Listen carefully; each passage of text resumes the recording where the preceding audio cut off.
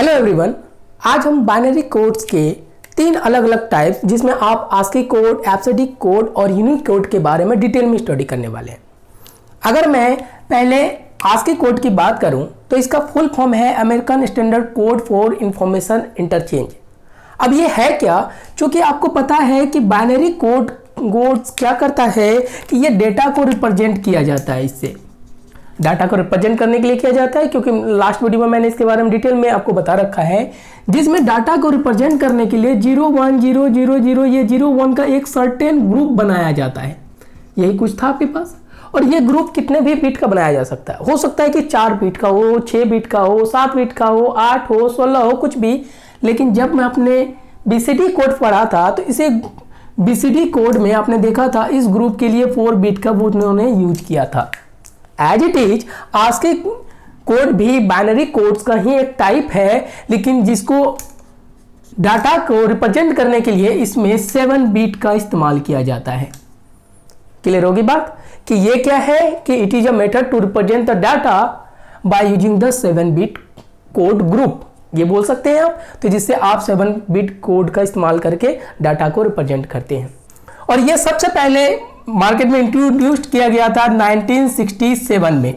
ये चीज़ें ध्यान में रखिएगा, थोड़ा सा इसका बेसिक इंट्रोडक्शन के टर्म्स में। अब चूंकि आस्की कोड भी किसी भी डाटा को रिप्रेजेंट करने के लिए एक सर्टेन ग्रुप पैटर्न करता है, उसके लिए ये 7 बिट का इस्तेमाल करता है।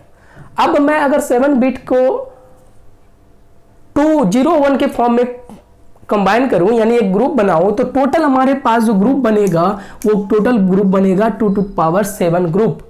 और 2 to the power 7 को अगर जब आप इसे मैथमेटिकल टर्म्स में निकालेंगे तो इसकी टोटल वैल्यू होती है 128। यानी कि आप 7 बिट कोड से टोटल 128 कैरेक्टर्स को रिप्रेजेंट कर सकते हैं। बात क्लियर है? और इस कैरेक्टर्स में आपके पास क्या हो सकता है, जैसे कि अल्फाबेट्स की बात करूं मैं, इसमें सारे अल्फाबेट्स आ जाएंगे, चाहे आप कैपिटल में लीजिए या फिर आप स्मॉल में लीजिए, ये सारे अल्फाबेट्स को इससे रिप्रेजेंट किया जा सकता है। एज इट इज इसमें आप नंबर को भी यहाँ पे रिप्रेजेंट कर सकते हैं 0 to 9 के फॉर्म में। इसके बाद देखेंगे टोटल कितना हमारे पास 128। इसके बाद भी कुछ मैथमेटिकल सिंबल होते हैं, सिंबल्स, उसका भी आप इसमें इस्तेमाल कर सकते हैं, जैसे स्टार है, स्पेस है, बैक है। ये सारे टर्म्स का आप इसका इस्तेमाल करके इसके लिए कोड रिप्रेजेंट कर सकते हैं। इसी में से कुछ कोड को मैंने यहाँ रिप्रेजेंट किया है आपके लिए। देखिए यहाँ पे अगर आप देखेंगे तो आस्की कोड को पहले मैंने डेसिमल फॉर्म में रिप्रेजेंट किया है 0 से 9 तक की वैल्यू को। और चूंकि पता है कि ये आपके पास 7 बिट कोड है, तो जरा ध्यान से देखिएगा, पहला 3 कोड एज ए डेटा को रिप्रेजेंट करने के लिए स्टार्टिंग पॉइंट कहलाता है। बाकी जो लास्ट के 4 बिट होते हैं ये as it is binary form की तरह ही इंक्रीजिंग होते हैं। जैसे हमको बताया था बाइनरी फॉर्म में 1 को रिप्रेजेंट करते हैं तो इस तरह से करते हैं, 2 को तो 1 0, इस तरह से। अगर 3 को करते हैं तो इस तरह से ये इंक्रीज होता है, क्योंकि 0 1 के परमोटेशन का इस्तेमाल किया जाता है इंक्रीजिंग के फॉर्म में। As it is ASCII code में भी देखिएगा, इतना तो कोड उन्होंने डेसिमल के लिए फिक्स कर दिया, बाकी इसको फिर से देखना, ये कहीं ना कहीं आपको बाइनरी कोड ही है। बात समझ आया? तो अब देखिए 3 और 4 7 बिट हो गया, तो आस्की कोड से आप 0 to 9 को 7 बिट कोड से रिप्रेजेंट करते हैं। एज इट इज अगर मैं अल्फाबेट्स की बात करूं तो 3 कोड इसमें फिलहाल फिक्स होते हैं। फिर लास्ट के जो 4 बिट होते हैं, इन 4 बिट में फिर से वही बाइनरी फॉर्म के ऑर्डर को रिप्रेजेंट किया जाता है इस तरह से, जब तक आप ओ तक पहुंचते हैं ये पूरा 15 वैल्यू, यानी कि टोटल यहाँ पे 111 यानी 16 वैल्यू तक ये कंप्लीट हो जाता है। फिर यहाँ कंप्लीट होने के बाद यहाँ के कोड को बदल लिया जाता है, यानी कि पहले 100 था, फिर इससे जस्ट इंक्रीजिंग वैल्यू क्या होगा 101 हमने रिप्रेजेंट कर दी। फिर ये 00 से फिर बाइनरी फॉर्म को इंक्रीज किया जाता है और ए से जेड तक के कोड को आप इस तरह से लिख देते हैं। ऑल्दो में याद करने की जरूरत नहीं है, बट एक पैटर्न में बता रहा हूँ कि इसका यूज किस तरह से किया जाता है। अब ए की बात करें तो ए भी इसी तरह के पैटर्न को फॉलो करता है, फिर 0 ओ आने तक ये पैटर्न को फिर से यहाँ से रिवर्स कर दिया जाता है। क्लियर है? फिर इसे आप मूव करते चले जाइए, जेड तक आप पहुंच जाएंगे। लेकिन अगर मैं इसके डेसिमल फॉर्म की बात करूं तो ये भी चीजें नोट कर लीजिए। तो ये जो डेसिमल फॉर्म है इसको आप खुद देखिएगा, 1 2 4 8 16 32 64 और 1, ये टोटल होता है 65। यानी ए के आस्की कोड का डेसिमल वैल्यू निकालूं तो ये 65 होता है। एज इट इज जेड की बात करो तो कुछ मत करो, 25 ऐड कर दीजिए इसमें, तो ये कितना कोड हो जाएगा 90। और एज इट इज इसकी बात करूं तो इसका कोड हो जाएगा आपके पास 32, 33, 96 एंड 97। ये 97 हो जाएगा, फिर इसमें आप 25 ऐड कर लीजिए तो ये टोटल वैल्यू 1 2 2 टोटल यहाँ तक चला जाएगा। अब ये चीज़ें मैंने इसलिए बताया कि जब मैं आपको प्रोग्रामिंग बताऊंगा, जैसे कि आप C++ या फिर कोई भी प्रोग्रामिंग लैंग्वेज का इस्तेमाल करते हैं जहाँ पे कैरेक्टर वैल्यू को बाय डिफ़ॉल्ट इंटीजर के फॉर्म में प्रिंट कराना होता है या फिर उसे शो करना होता है, तो भले आप कैरेक्टर लिखते हैं लेकिन उसका इंटीजर के फॉर्म में हमें प्रिंट कराना होता है, तो ये वैल्यू रिप्रेजेंट होती हैं। इसी को इसका डेसिमल वैल्यू बोला जाता है। तो कुछ का आप याद रखें, तो कभी कभी क्वेश्चन में ऐसी चीज़ें पूछ दी जाती हैं। अब आइए, अब ये कोड 1967 में इंट्रोड्यूस किया गया था, लेकिन समय के साथ इसमें बदलाव किया गया। इसी का एक एक्स्ट्रा वर्जन बनाया गया जिसको बोलते हैं एक्सटेंडेड टर्म्स बोल सकते हैं, जो हमारे पास आया, जिसे बोला गया एब्सिडिक कोड। इस कोड का फुल फॉर्म है extended binary code decimal interchange code. Clear है? Extended binary coded decimal interchange code इसका फुल फॉर्म है, और इसे इंट्रोड्यूस किया गया था IBM, एक कंपनी है अमेरिकन, उसके द्वारा इसे इंट्रोड्यूस किया गया था। क्लियर है? तो यह कोड और कुछ नहीं, इसी कोड का एक एक्सटेंडेड वर्जन बोल सकते हैं आप। क्लियर? अब जब चूंकि ये एक्सटेंडेड वर्जन है तो इसमें कुछ ना कुछ चीज़ें तो एक्सटेंड की गई हैं। तो किया क्या गया था कि जैसे ये 7 बिट कोड का इस्तेमाल करता था डेटा को रिप्रेजेंट करने के लिए, तो एक्सटेंडेड क्या करा कि समय के साथ सिंबल्स वगैरह की डिमांड बढ़ गई मार्केट में, इसलिए उन्होंने कुछ नहीं किया, जो कि 7 बिट का कोड था उसको उन्होंने 8 बिट कोड में रिप्रेजेंट करा दिया। समझ में आया? और कुछ भी नहीं, बाकी दोनों चीज़ें सेम है, बट इसमें डाटा को रिप्रेजेंट करने यानी कैरेक्टर को रिप्रेजेंट करने की जो वैल्यू थी वो इंक्रीज हो गई। फॉर एग्जाम्पल, अगर मैं 8 बिट कोड का ग्रुप बनाता हूं तो टोटल ग्रुप कितने बनेंगे? 2 to the power 8, और 2 to the power 8 को जब आप सॉल्व करेंगे तो इसकी वैल्यू आएंगे 256। तो जरा देखिए, एक्सटेंडेड हो गया। ये कितना है? 128। ये कितना हो गया? डबल हो गया इसका। तो इस केस में आपने देखा कि इससे टोटल 256 कैरेक्टर्स को आप रिप्रेजेंट कर सकते थे, जिसमें ऑल्दो ये अल्फाबेट्स जितने हैं इसको भी रिप्रेजेंट कर सकते हैं आप, नंबर को भी रिप्रेजेंट कर सकते हैं और सिंबल्स को भी रिप्रेजेंट कर सकते हैं, बट यहाँ पे सिंबल्स के फॉर्म में कुछ और भी टर्म्स या कैरेक्टर्स का इस्तेमाल किया गया। इसमें भी आप capital A to Z, small a to z, number 0 to 9, इसमें स्पेस, डॉलर, हैश, इस तरह के बहुत सारे सिंबल का, पंक्चुएशन का, मैथमेटिकल टर्म्स के बहुत सारे सिंबल का इसमें इस्तेमाल करना बहुत ईजी हो गया। और इसी में मैंने आपको कुछ कोड के बारे में दिखाया है, जैसे कि डेसिमल का यहाँ पे मैंने रिप्रेजेंट किया है।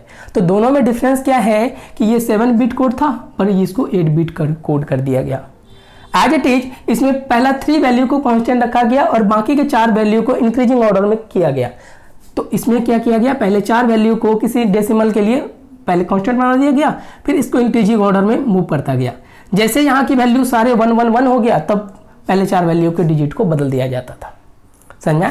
एज इट इज अगर मैं अल्फाबेट्स की बात करूं तो A से Z को इस तरह से रिप्रेजेंट किया गया। पहले 4 को इस तरफ फिक्स कर दिया कैपिटल A के लिए, फिर यहाँ से इंक्रीज किया गया। जब तक आप O तक जाएंगे, जरा ध्यान से देखिएगा, O तक जाते हैं तो फिर ये वाली पूरी वैल्यू O के तक ये 1 1 1 1 में कन्वर्ट हो जाएगा।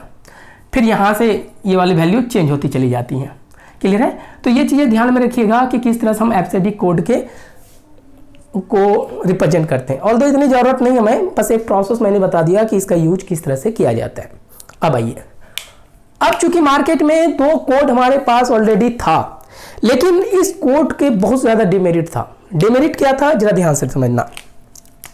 अगर मैं दोनों कोड की डिमेरिट की बात करूं तो दोनों कोड का जो रिप्रेजेंटेशन था ये कहीं ना कहीं लैटिन लैंग्वेज के अल्फ़ाबेट्स के अकॉर्डिंग था।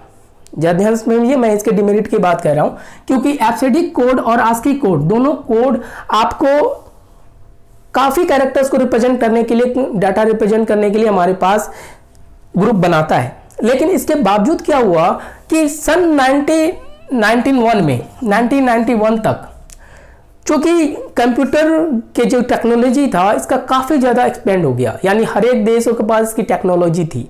लेकिन इस समय तक सिर्फ 2 कोड हमें आस्की और एब्सिडिक कोड का मार्केट में यूज किया जा रहा था।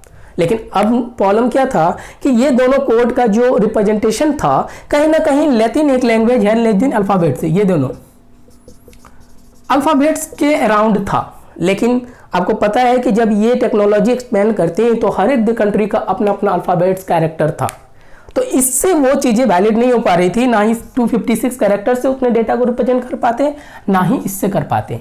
तो इससे लोगों को प्रॉब्लम क्या आ गई, जरा ध्यान से समझिएगा। इसके बाद हम यूनिकोड की बात करते हैं।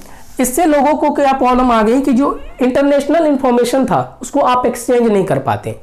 कहने का मतलब ये था, इंटरनेशनल इंफॉर्मेशन एक्सचेंज, अगर मैं इंटरनेशनल इंफॉर्मेशन एक्सचेंज की बात करूं तो ये कहीं ना कहीं रुकावट पैदा हो रहा था, क्योंकि आपने अब तक 2 कोड बनाए थे, वो लैटिन कोड के अराउंड था, यानी आस्की और एब्सिडिक कोड की बात करूं, लेकिन अलग अलग देशों के लिए तो अलग अलग चीज़ें अल्फ़ाबेट्स कैरेक्टर थी, तो ये इंफॉर्मेशन एक्सचेंज करने में प्रॉब्लम थी। तब यहाँ पर इसी चीज़ को सोल्यूशन करने के लिए मार्केट में एक कोड लाया गया जिसको बोला गया यूनिकोड। ध्यान से समझना, यूनिकोड, ठीक है। इसी को आप यूनिवर्सल कोड भी बोल सकते हैं। अब ये कोड इस सारे टर्म्स को ध्यान में रखते हुए बनाया गया, और चूंकि आपको बताया गया कि अलग अलग कंट्री में बहुत सारे लैंग्वेज हैं और उसके सारे कैरेक्टर्स को रिप्रेजेंट करने के लिए इसके रिप्रेजेंटेशन बीट को बढ़ाया गया, और बढ़ा के यूनिकोड के जो रिप्रेजेंटेशन बीट है वो 16 बीट में कर दिया गया।